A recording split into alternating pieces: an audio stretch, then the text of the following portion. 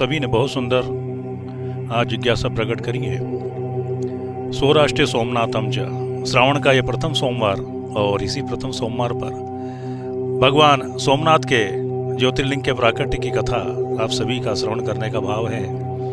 बहुत ही सुंदर प्रसंग आता है कि दक्ष प्रजापति ब्रह्मा जी के पुत्र, जिनकी 27 कन्याएं थी, 27 कन्याओं जब विवाह के योग्य हुई तो दक्ष प्रजापति ने उन कन्याओं से पूछा, हे बेटियों, हे पुत्रियों, अब तुम्हारे विवाह का अवसर आ चुका है, समय आ चुका है, मैं तुम्हारा विवाह करना चाहता हूँ, क्या तुम्हारे मन में कोई भाव है? तो सभी कन्याएं कहने लगी, हाँ पिताजी, हमारे मन में एक भाव है। दक्ष प्रजापति ने कक्ष में आकर एक एक कर बारी बारी से कन्याओं को बुलाकर पूछा कि तुम्हारे मन में क्या भाव है? वो कहने लगी, पिताजी, मेरे मन में ये भाव है कि मैं जो चंद्र देवता हैं उनसे विवाह करना चाहती हूँ, अगर आप मेरी अभिलाषा पूरी करें। ठीक है बेटा, अगर तुम्हारे मन में चंद्रदेव से विवाह करने की इच्छा है तो हम अवश्य इस अभिलाषा को पूरी करने का प्रयास करेंगे। जाओ बेटा। दूसरी कन्या आई, बोलो बेटा, तुम्हारे मन में क्या है? पिताजी, मेरे मन में चंद्रदेव है, मैं उनसे विवाह करना चाहती हूँ, अगर आप मेरी अभिलाषा पूरी करें। बेटा, तुम भी चंद्रदेव? इस प्रकार बारी बारी से दक्ष प्रजापति ने 27 कन्याओं को बुलाया और 27 कन्याओं ने ही चंद्रदेव से विवाह की अभिलाषा व्यक्त करी कि हम सभी चंद्रदेव से विवाह करना चाहती हैं। दक्ष प्रजापति ने चंद्रमा को बुलाया, चंद्रमा ने दक्ष को प्रणाम किया। दक्ष ने कहा, हे चंद्रदेव, हम अपनी कन्या का विवाह करना चाहते हैं और उन सबकी अभिलाषा है कि आप ही उनके वर बने, आप ही उनसे विवाह करें। जो आज्ञा महाराज, आपकी आज्ञा सिरोधार्य है।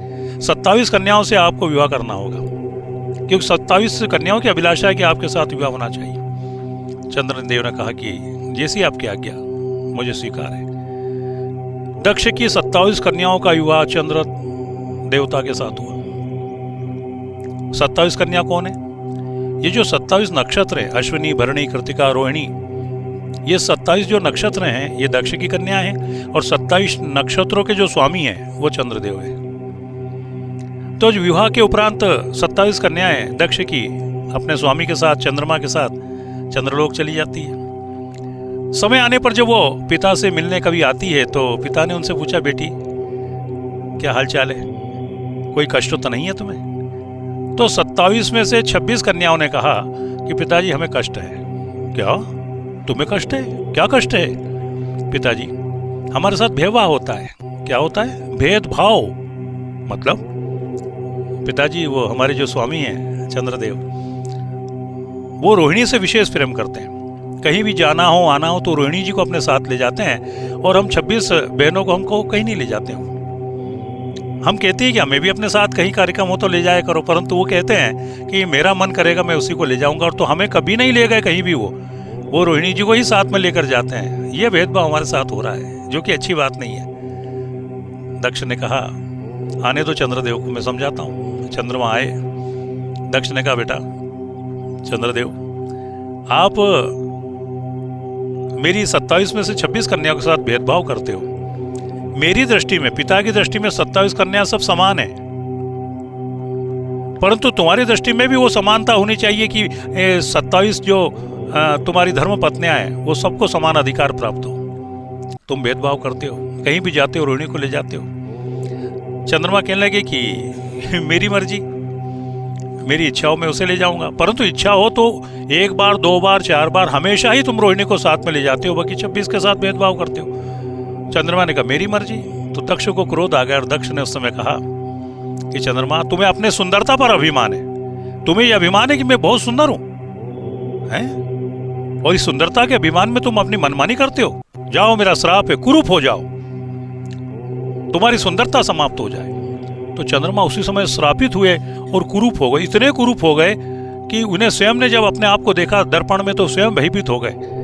इतने सुंदर चंद्रमा, 33 करोड़ देवताओं में सबसे सुंदर चंद्रमा, और स्वयं को जब चंद्रमा ने देखा तो भयभीत हो गए कि इतना कुरूप मेरा रूप हो गया दक्ष के श्राप से। तो चंद्रमा उसी समय समुद्र में जाकर छुप गए, समुद्र की गहराई में जाकर छुप गए। देवताओं को चिंता हुई कि चंद्रदेव कहाँ है, ढूंढो ढूंढो, कहाँ है, पता नहीं कहाँ है। 1000 वर्ष तक चंद्रमा समुद्र में रहे, 1000 वर्ष तक। इतने चंद्रमा दुखी हुए।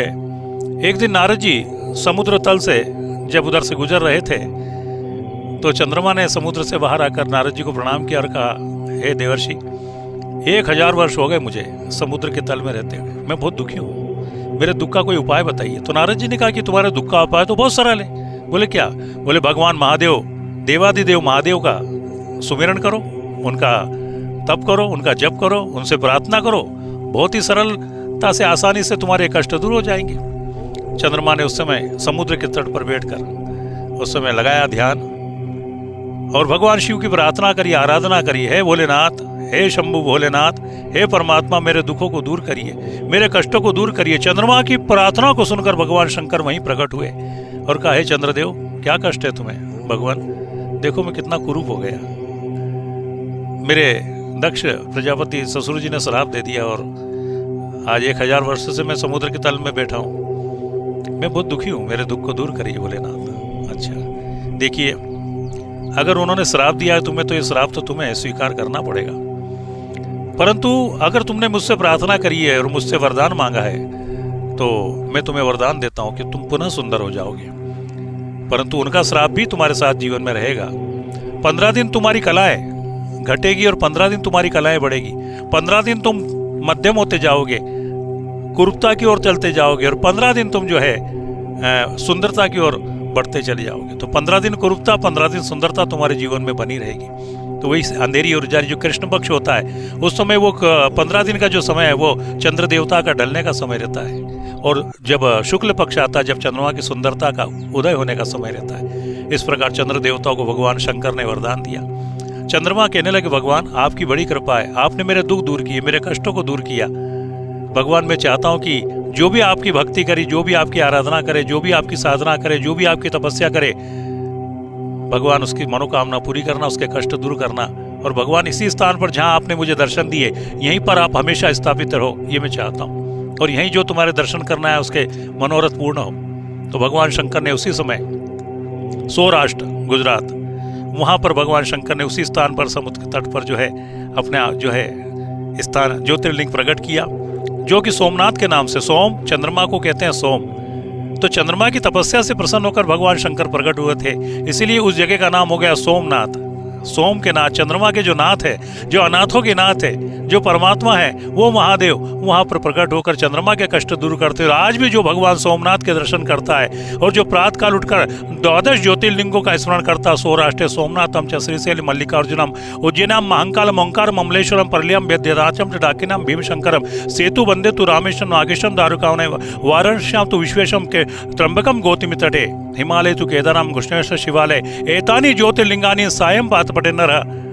शाम और प्रातः काल जो इसका पठन करता है समस्त उसके पाप, समस्त उसके दोष नष्ट हो जाते हैं। इस प्रकार सोमनाथ महादेव का ये पावन प्रसंग आप सभी ने सुना। बोले सोमनाथ महादेव की जय। जय।